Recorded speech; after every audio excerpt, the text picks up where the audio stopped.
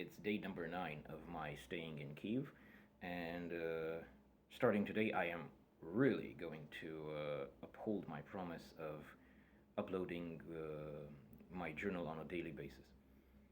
And if you keep seeing me doing this, it's because it's very cold here, and your lips start to crack. It's a dry cold, as I understand it,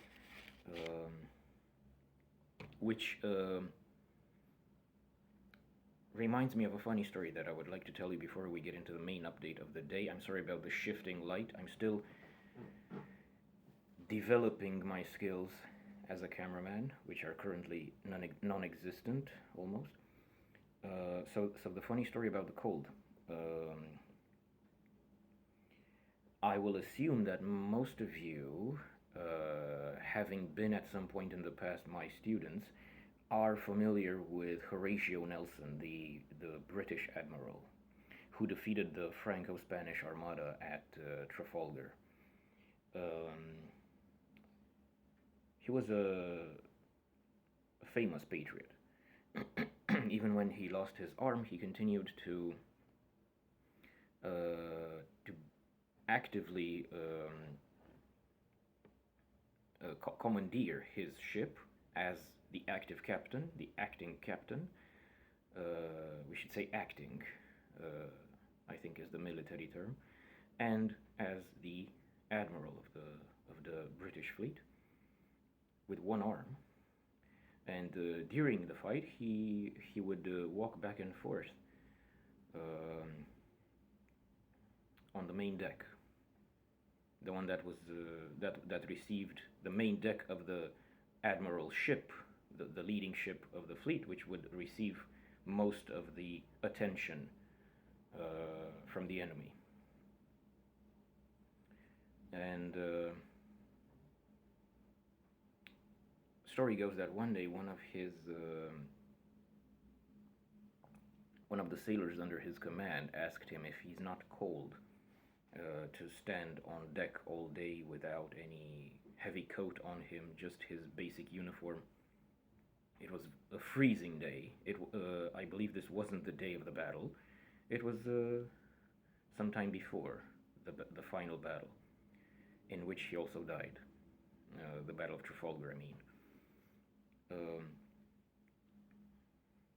And his answer to the sailor was, "Normally I would be cold, but my love for my country keeps me warm." I have seen this here. It's very cold, a blistering wind, but not everybody needs to wear heavy coats. Young people, old people, let's call them acclimatized, but maybe there's a little... Actually, I'm pretty sure that there is quite a significant amount of love for their country that keeps them warm too. As for me, let's call it my love for freedom. Now, speaking of receiving attention from your enemy, this is what this update will be about. This morning at around 4 a.m. I was woken up by either gunshots or explosions.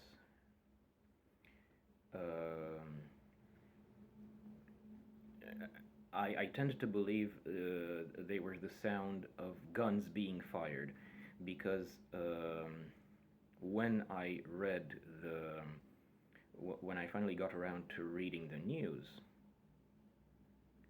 there was only one big explosion, and what I heard after I woke up were repeated, somewhat muffled sounds, as if a gun keeps firing, a heavy gun, not a handgun, an anti-aircraft gun firing repeatedly.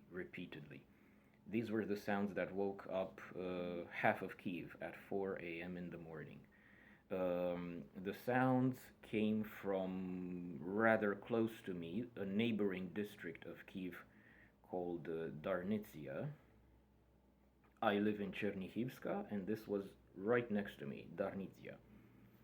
Um, so I would estimate 2 or 3 kilometers away, or less.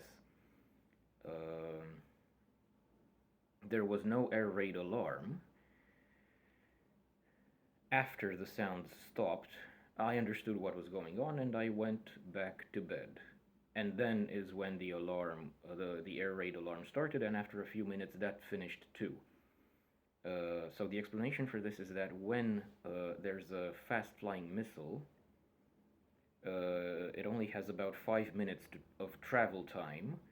Uh, the ground defense forces only have enough time to react and try to shoot them down. There's no time to turn on the alarm.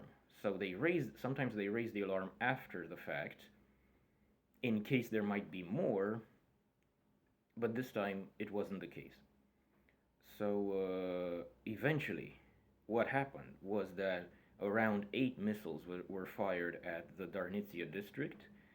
Um, all of them were shot down. 4 people were injured. One man was injured by shrapnel from the destroyed missile, which obviously you can imagine still travels at a very high velocity. But he survived and he's taken care of. And 3 women were suffering from shock, from the sound, the noise,